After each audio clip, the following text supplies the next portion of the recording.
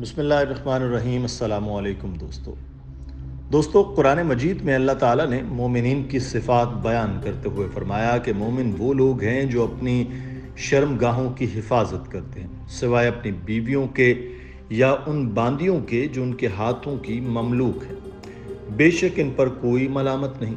پھر جو شخص ان کے سوا کسی اور کا خواہش مند ہو تو ایسے لوگ ہی حد سے تجاوز کرنے والے ہیں۔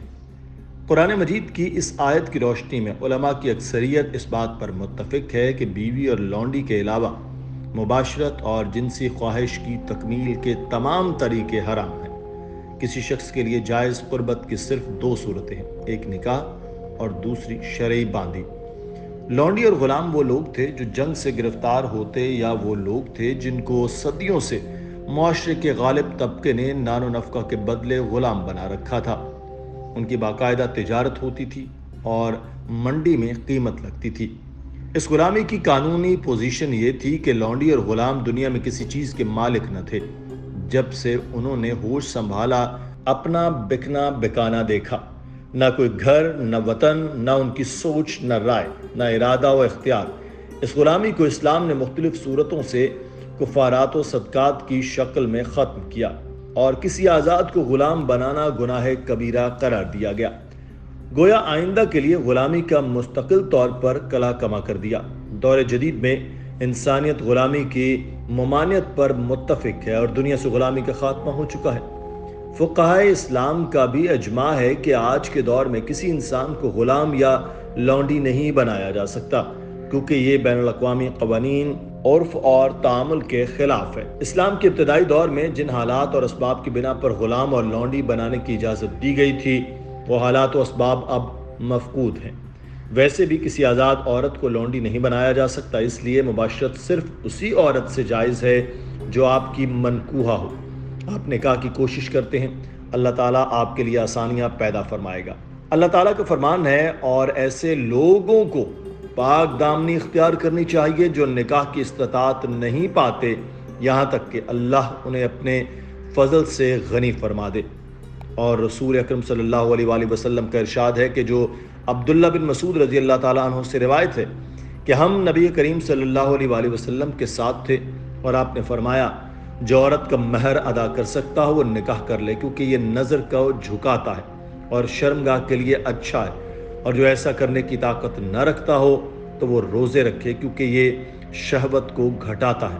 ناظرین، اس تمہید کے باندھنے کا مقصد معاشرے کی اصلاح ہے اور آپ کے سوالوں کے شرعی اعتبار سے جوابات دینا ہے۔ ایسا ہی ایک سوال ڈاکٹر ذاکر نائک سے کسی نے کیا تھا، آپ کو امن و ان سناتے ہیں۔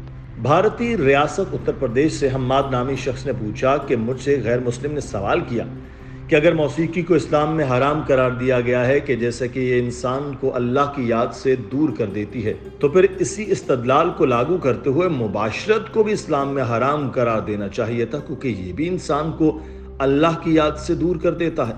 برائے کرم اس الجھن کو دور فرمائیں۔ From Hamad, Uttar Pradesh, India. I was asked by a non-Muslim that if music is considered haram in Islam as it takes a person away from the remembrance of Allah, then even sex, that is sexual intercourse, should have been haram in Islam, applying the same reasoning because it also takes one away from the remembrance of Allah. Please reply. This is a very good question from Hamad. Doctor Zakir Naik نے اس سوال کے جواب دیتے ہوئے کہا کہ موسیقی حرام ہے کیونکہ نبی اکرم صلی اللہ علیہ وآلہ وسلم نے کہا موسیقی کے آلات حرام ہیں، البتہ ایک اضافی وجہ یہ ہے کہ یہ انسان کو ذکر سے دور کر دیتی ہے۔ That if music is haram because it takes a person away from Islam, then even sexual intercourse should be haram because it takes a person away from the remembrance of Allah.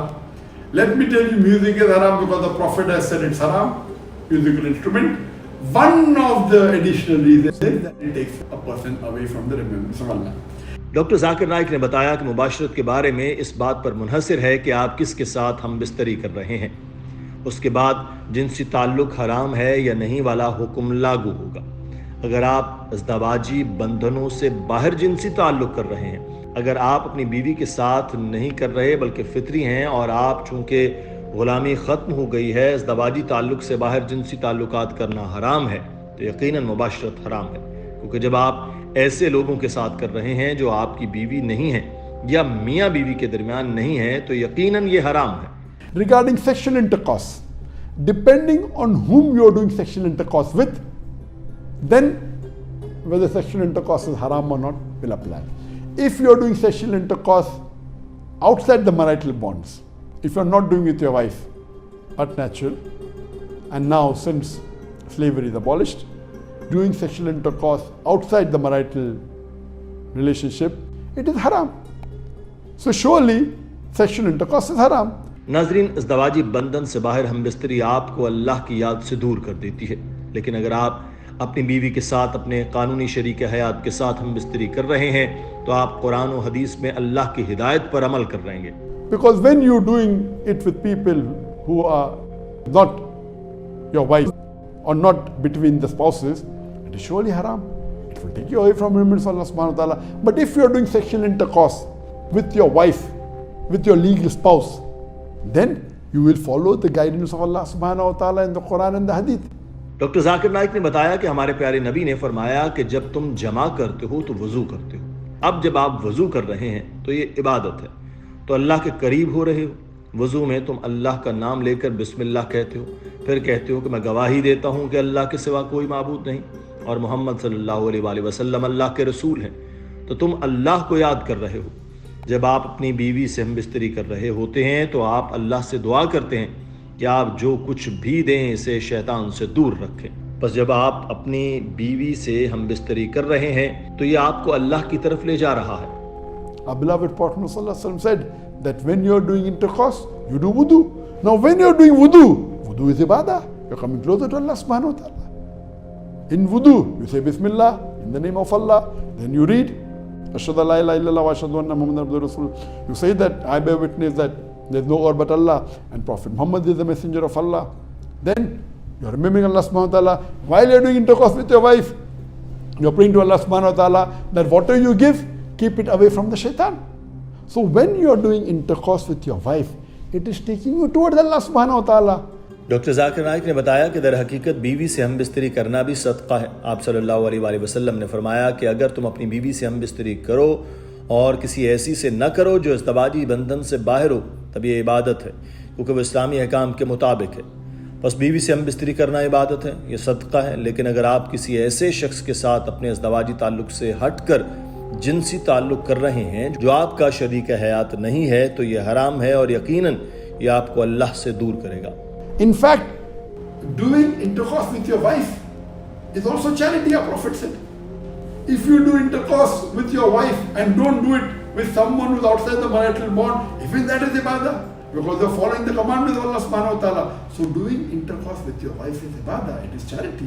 You're following the commandments of Allah subhanahu wa ta'ala. But if you're doing sexual intercourse away from your marital relationship with someone who's not your spouse, it is haram. And surely it will take you away from Allah subhanahu wa ta'ala. ناظرین، اسی امید کے ساتھ ہم اس video کا اختتام کر رہے ہیں کہ اس نے آپ کے کئی سوالوں کے جواب دیا ہوگا. ہمیں اپنی رائے سے کمنٹ سیکشن میں ضرور آگاہ کیجیے گا. اپنا خیال رکھیں. اللہ حافظ.